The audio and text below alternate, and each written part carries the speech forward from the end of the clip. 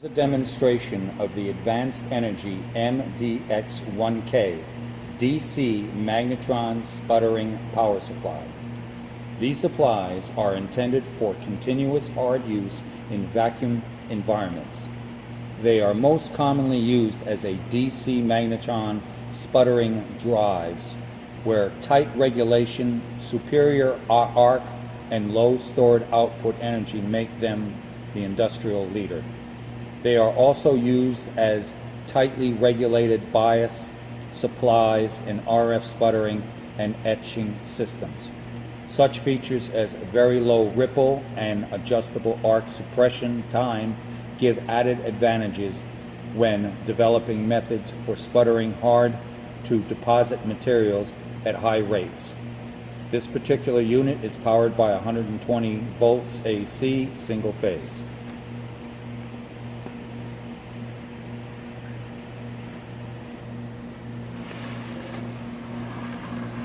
Now we'll start off with this right here. This is important.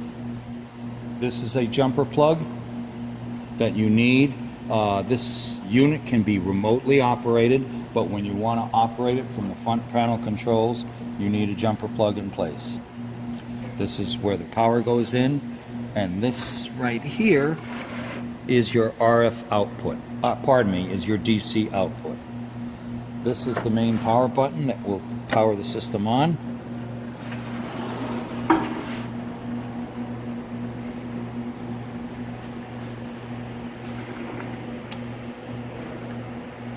Now, over here on this bench here, this is our test bench that we use for testing different DC power supplies under different loads.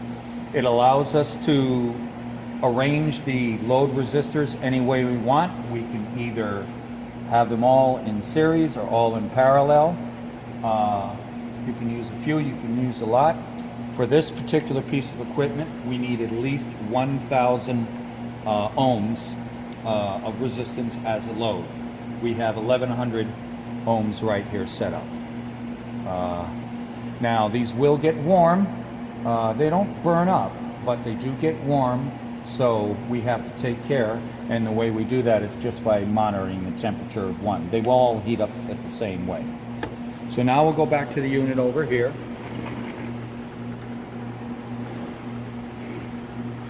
First, if you want to regulate just the power or the wattage, you have that button.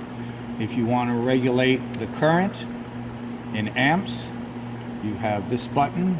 And if you want to regulate it by voltage, you push them both, and you have voltage displayed. You can ramp up. I've turned this down for our demonstration, but you can preset your output with your set point. And then you can change this to give it a certain ramp, so it'll ramp up to that value in a specific amount of time. For purposes of our demonstration, we're going to leave the ramp off.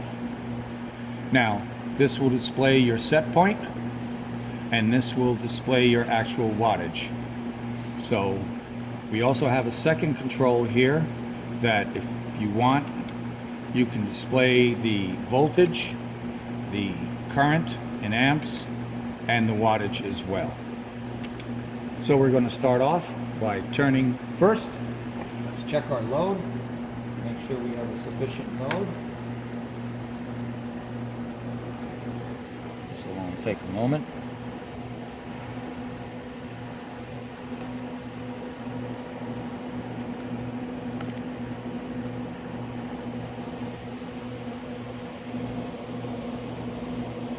All right, we got 1200 in there now.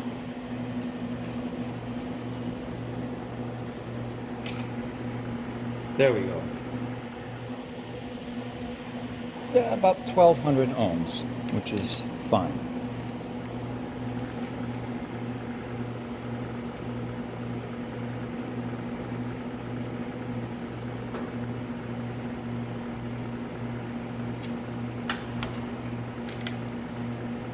Okay, here we go. We're going to start off at the bottom. Now, once we turn this on, notice that the interlock light is on. If that is not on, it will not run. So again, the jumper plug is very important. Okay, we go. We'll take it up to 100. That's our actual output.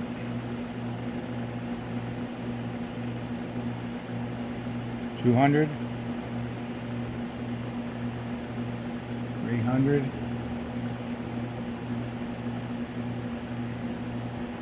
400.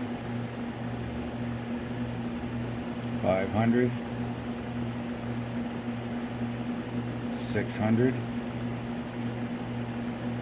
700. 800. 900. And there we go. It maxes out and we get 966 out of it, which is pretty good considering the type of load. Now notice the temperature. We were at 22.3, and in just those few minutes, very carefully, you can feel they're getting warm. So we know that current is running all the way through our loop. Turn it off.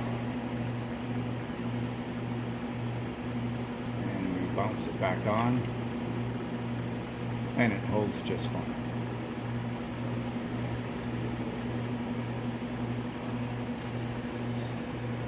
There's 200, and if we wanted to, we could read the actual voltage, which is 474 times 0.43 amps, which is 430 milliamps, times the voltage should give you your voltage of 200 watts.